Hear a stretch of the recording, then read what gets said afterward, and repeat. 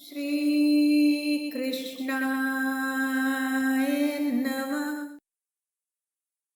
श्री कृष्णाय नमः। श्री कृष्णाय नमः। श्री परमात्मा ने नमः। एक बार पुनः सभी को सादर नमन। हम सभी श्रीमद् भगवत गीता के चतुर्थ अध्याय में ज्ञान कर्म संन्यास योग की तरफ बढ़ रहे थे और आत्म संयम रखकर अपनी इंद्रियों के द्वारा किए गए समस्त कार्यों को आसक्ति रहित होकर परमात्मा को अर्पण करते जाना,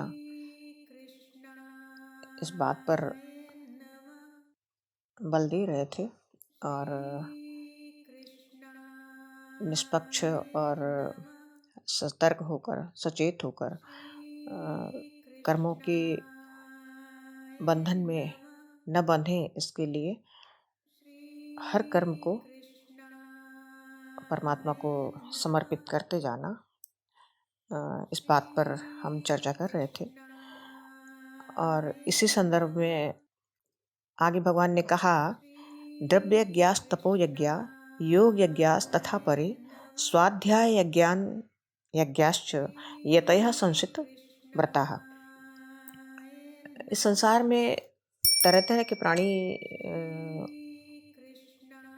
हैं और कारण उसका है कि त्रयोगुणी प्रकृति है और इससे त्रिगुणात्मिका प्रकृति के जो तीन तत्व हैं वो सब में एक समान नहीं होते। किसी में किसी तत्व की प्रधानता होती है, किसी में किसी तत्व की प्रधानता होती है और इसीलिए सतरजतम का प्रभाव लेकर के हम अलग अलग विचारधारा के हो जाते हैं और अलग तरह के सोचने का ढंग हो जाता है, अलग तरह की क्रियाएं होती हैं लोगों से। तो परमात्मा की प्राप्ति के मार्ग का भी अलग अलग से वो प्रयास होता है और भगवान ने इसीलिए हर तरह के प्रयास पर आपकी दृष्टि डाली है, ताकि जिस तरह की भी मनोवृत्ति आपकी है, जिस रास्ते से भी आप निकल सकते हैं, निकलने का प्रयास करें। तो द्रव्य यज्ञ, तपो यज्ञ, योग यज्ञ, स्वाध्याय यज्ञ, कैसे चारों को अलग अलग डिफाइन करें। द्रव्य यज्ञ का मतलब है कि हम अपनी सामर्थ्य के अनुसार अपने धन संपत्ति को यथा योग्य फलेच्छा का त्याग करते हुए दूसरों के हित में व्यय करें और जहाँ तक हो सके सभी प्राणियों को, सभी जीवों को जिस जिस तरह से हम व्यय करें वो ऐसा हो कि सबके हितार्थ हो। और तपो यज्ञ का मतलब है कि तपस्या के द्वारा कठोर से कठोर तपस्याएं करते आप लोगों ने अपने लोगों को देखा होगा और वो भी एक प्रकार का यज्ञ है। उसमें भी व्यक्ति अपनी मनोवृत्तियों पर नियंत्रण करता है और परमात्मा को पाने का प्रयास करता है। और वैसे ही योग यज्ञ है, जिसे आप योगा के रूप में बहुत छोटे छोटे उदाहरणों से जानते हैं, समझते हैं, लेकिन योग भी प्रक्रियाओं में बहुत कठिन है। लोग अपनी पंच प्राणों को साध लेते हैं और प्राणों को देह से ऊपर भी उठा लेते हैं और पुनः देह में आने की सामर्थ्य तक योगी जनों में देखा गया है। तो और स्वाध्याय यज्ञ मतलब जानकर अपनी स्थिति में ज्ञान प्राप्त कर लेना परमात्मा का, परमात्मा और अपने अंतर को स्पष्टतः जान लेना, समझ लेना और अपने अध्ययन के अनुसार भगवान के उस परम तत्व को जानने के बाद उसके अनुरूप अपने फलेच्छा को त्याग कर कर्म करना, ये स्वाध्याय ज्ञान यज्ञ कहलाता है। अब बात ये आती है श्री कृष्ण कि जिन लोगों ने अपने आप में अहिंसा, सत्य, अस्तेय, ब्रह्मचर्य और सदाचार का पालन, अपरिग्रह, इन सब चीज़ों को भली-भाँति समझा है और उन्हें राग, द्वेष और अभिमान आदि दोषों से रहित अपने को बनाकर और अपना जीवन आगे परमात्मा की ओर ले जाने का प्रयास किया, तो संशित व्रताः का मतलब यही है कि आप अपने में सद्गुणों का विकास करके अपने अस्तित्व को जाने और उसके बाद फलेच्छा की दृष्टि छोड़ करके जो भी करें वो परमार्थ या परमात्मा के लिए कर रहा हूँ ये सोचकर करें, तो वो व्यक्ति भी एक तरह का यज्ञ कर रहे होते हैं। तो इस तरह अनेक प्रकार की यौगिक क्रियाओं के से द्वारा अपने अपने तरीके से अलग अलग ढंग से उस परमात्मा तक पहुँचने का प्रयास करते हैं लोग। लेकिन उसमें से सबसे सुविधाजनक, सरल और सहज अगर देखा जाए तो जिसकी हम चर्चा कर रहे थे वही है कि हम केवल परमात्मा के हैं, परमात्मा की शरण में हैं। जो कुछ भी करें वो फलासक्ति से रहित होकर करें और सबके कल्याण की दृष्टि से करें, तो बहुत जल्दी हम उसके निकट पहुंचते हैं, इसमें कोई शक नहीं है। और इसी तरह से भगवान ने आगे बहुत सारे अपने इसी अध्याय में बहुत सारी सबका अलग अलग परिचय दिया, सबका अलग अलग ढंग से वर्णन किया और उसके बाद कहाँ तक हम इन चीज़ों में उलझें, कहाँ तक हम चीज़ों को जानने और समझने का प्रयास करें, हमारी मनोवृत्ति क्या है, हम किस प्रवृत्ति के हैं ये समझें, अपनी प्रवृत्ति के अनुकूल हम परमात्मा के अंश हैं और किसी भी तरह का कोई भी प्रयास जो किया जाता है इस संसार में करते हैं लोग, वो सब करने में हम बहुत समर्थ नहीं है, लेकिन इतनी सामर्थ्य हम में जरूर है कि हम परमात्मा के अंश होकर परमात्मा की अनुयायी बन सकते हैं। वो श्रीमद् भगवत गीता आपको जगह जगह पर सिर्फ बहुत सरलतम मार्ग से ले जाने का प्रयास करने की कोशिश करती है, और वो ये कि सब कुछ उसका आदेश मानकर आप आत्मकल्याण के लिए करें और फलेच्छा की वृत्ति न रखें।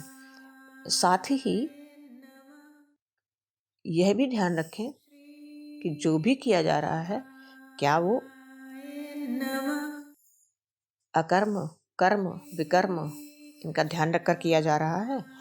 और बस इतना यदि आप ध्यान रख पाते हैं, जिसकी चर्चा हमने बहुत पहले की थी आपसे, तो आप सहज ढंग से परमात्मा को प्राप्त कर सकते हैं या उस तक पहुंचने का मार्ग प्रशस्त कर सकते हैं। और अर्जुन को भी भगवान इन्हीं तमाम तरह के अलग अलग रास्ते बता रहे हैं उसे, और हर चीज़ को सामने रख रहे हैं कि हो सकता है उसको किसी और तरह की चीज़ पर भ्रम हो या सरल लग रहा हो, सरलतम मार्ग लग रहा हो, तो उन्होंने हर मार्ग का यहाँ पर चित्रण किया और उसके बाद उसे चेताने की कोशिश की कि सबसे अच्छा रास्ता और सबसे सही रास्ता जो है वो आपके लिए मेरे मार्ग पर चलना और मेरे बताए हुए मार्ग पर चलने का अनुकरण करते रहना, बाकी किसी चीज़ की परवाह न करना, ये सबसे सरल है। और ज्ञान यज्ञ की भी उन्होंने प्रशंसा हर चीज़ की है, क्योंकि किसी का भी कर्म जो भी किया जा रहा है कर्म, वो किसी भी तरह का निष्फल तो नहीं होता है, क्योंकि वो परमात्मा के लिए किया गया प्रयास होता है। इसलिए उन्होंने ज्ञान यज्ञ की प्रशंसा की, उन्होंने योग यज्ञ की भी प्रशंसा की कि भाई आपका रास्ता है, आप चुन रहे हैं, अच्छी बात है। बट लेकिन आनंद मेरे पास ही है। तो तद्विद्धि प्रणिपातेन परिप्रश्नेन सेवया उपदेक्षन्ति ते ज्ञानम ज्ञानिनस्तत्त्वदर्शिनः।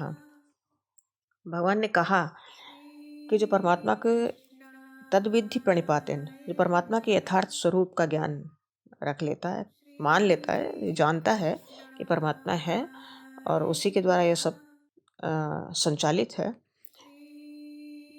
तो उस ज्ञान को तत्वदर्शी ज्ञानियों के पास अगर नहीं समझ में आता है सामान्य भाषा में, तो तत्वदर्शी ज्ञानियों के पास जाकर उसे भली भांति प्रणिपातेन, उसे प्रणाम करो ज्ञानी व्यक्ति को, और परिप्रश्नेन सेवया, और उससे उसकी सेवा शुश्रूषा करके उससे अपने प्रश्न रखो, और वो उपदेक्षन्ति ते ज्ञानम, वो ज्ञान तत्वदर्शी होगा, तो अपने आपके वो तत्व का ज्ञान आपको देगा, बताएगा। और इस तरह तुम उस महात्मा के किसी भी महात्मा के द्वारा जो तत्वज्ञानी है, तत्वज्ञान का उपदेश प्राप्त कर सकते हो। अगर गीता पर आपको संदेह हो, तो तत्वज्ञानी व्यक्तियों के पास भी इसी तरह के प्रश्नों का उत्तर मिलेगा। और ये भी अर्जुन को उन्होंने निसंदेह बताया, क्योंकि ऐसा न हो कि अर्जुन एक बार ये शक करे कि कोई और भी तो ज्ञान दे सकता है। इस बात के लिए उन्होंने अर्जुन को एक बार ये भी कहा कि तुम तत्ववेत्ताओं के पास भी जा सकते हो। और लेकिन अर्जुन भगवान पर श्रद्धा रखता है और विश्वास का पात्र मानता है, और हर समाधान भगवान से ही जानने की चेष्टा करता है। क्यों? क्योंकि वो स्वयं योगी है एक तरह से, और युक्त आत्मा है और समदर्शी है, सब कुछ जानना चाहता है और भगवान के मुंह से सुनना चाहता है। इसलिए तमाम सारे प्रश्नों को पहले ही रख रहा है, ताकि उसे बाद में किसी चीज़ का संदेह न रह जाए। और इस प्रकार अनेक प्रकार के उदाहरणों के द्वारा भगवान से अपने प्रश्नों का समाधान कराता है, और कराने के बाद ये अपने कर्म में तत्पर होने की कोशिश करता है। आगे फिर कहा भगवान ने, नहीं ज्ञानेन सदृशम पवित्रम ही विद्यते तत्स्वयं योग संसिद्धा कालेनात्मनि विन्दति। इस संसार में ज्ञान के समान पवित्र करने वाला कुछ भी नहीं है।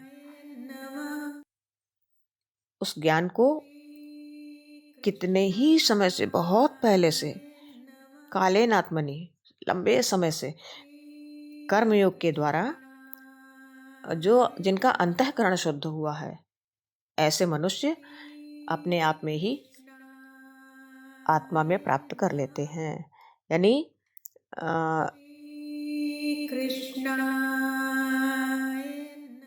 ज्ञान से बड़ा, आत्मज्ञान से बड़ा कुछ भी नहीं है।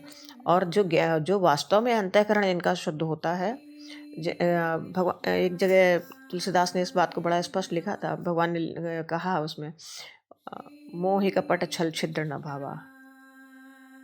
जिस अंतःकरण में कपट, छल, प्रपंच, छद्म बैठा हुआ है, वहां जगह कहाँ रहती मेरे बैठने की? वो अंतःकरण तो ऑटोमेटिक भरा हुआ है, उसमें मैं कहाँ से बैठ जाऊंगा, विराजूंगा? तो जो अंतःकरण शुद्ध है, जिसमें इस तरह के दोष नहीं है, वो शुद्ध अंतःकरण वाला व्यक्ति, उसमें मैं विराजित हूँ।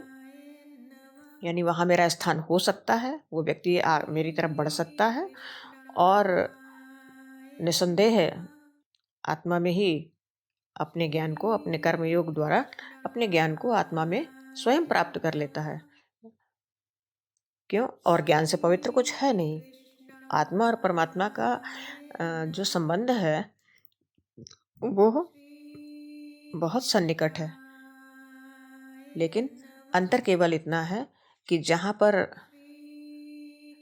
मोह, भ्रम, संदेह और छल प्रपंच सब भरा हुआ है, वहाँ पर श्री कृष्ण अंतःकरण दूषित हो जाता है। और दूषित अंतःकरण में परमात्मा का बोध बहुत मुश्किल है, बहुत कठिन है। और इस बात को हम कई बार प्रकाश डाल चुके हैं हम लोग कि जब तक ये सब चीज़ें रहेंगी, यानी विकर्म जब तक रहेंगे अपने अंदर, तब तक शुद्ध कर्म ना होंगे, अंतःकरण शुद्ध होगा नहीं, कर्म शुद्ध होंगे नहीं, विचार शुद्ध होंगे नहीं, तो फिर मार्ग कठिन हो जाता है। इनसे हटकर ही, इनसे बचकर ही हमें अपने आप में, अपनी आत्मा में परमात्मा को तलाशना है।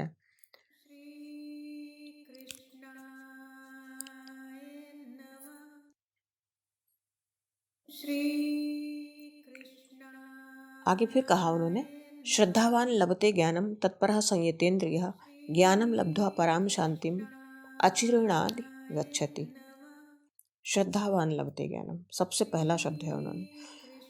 ज्ञान प्राप्त किसे होता है? जिसके पास श्रद्धा होती है। संयतेन्द्रिय, जो जितेंद्रिय है,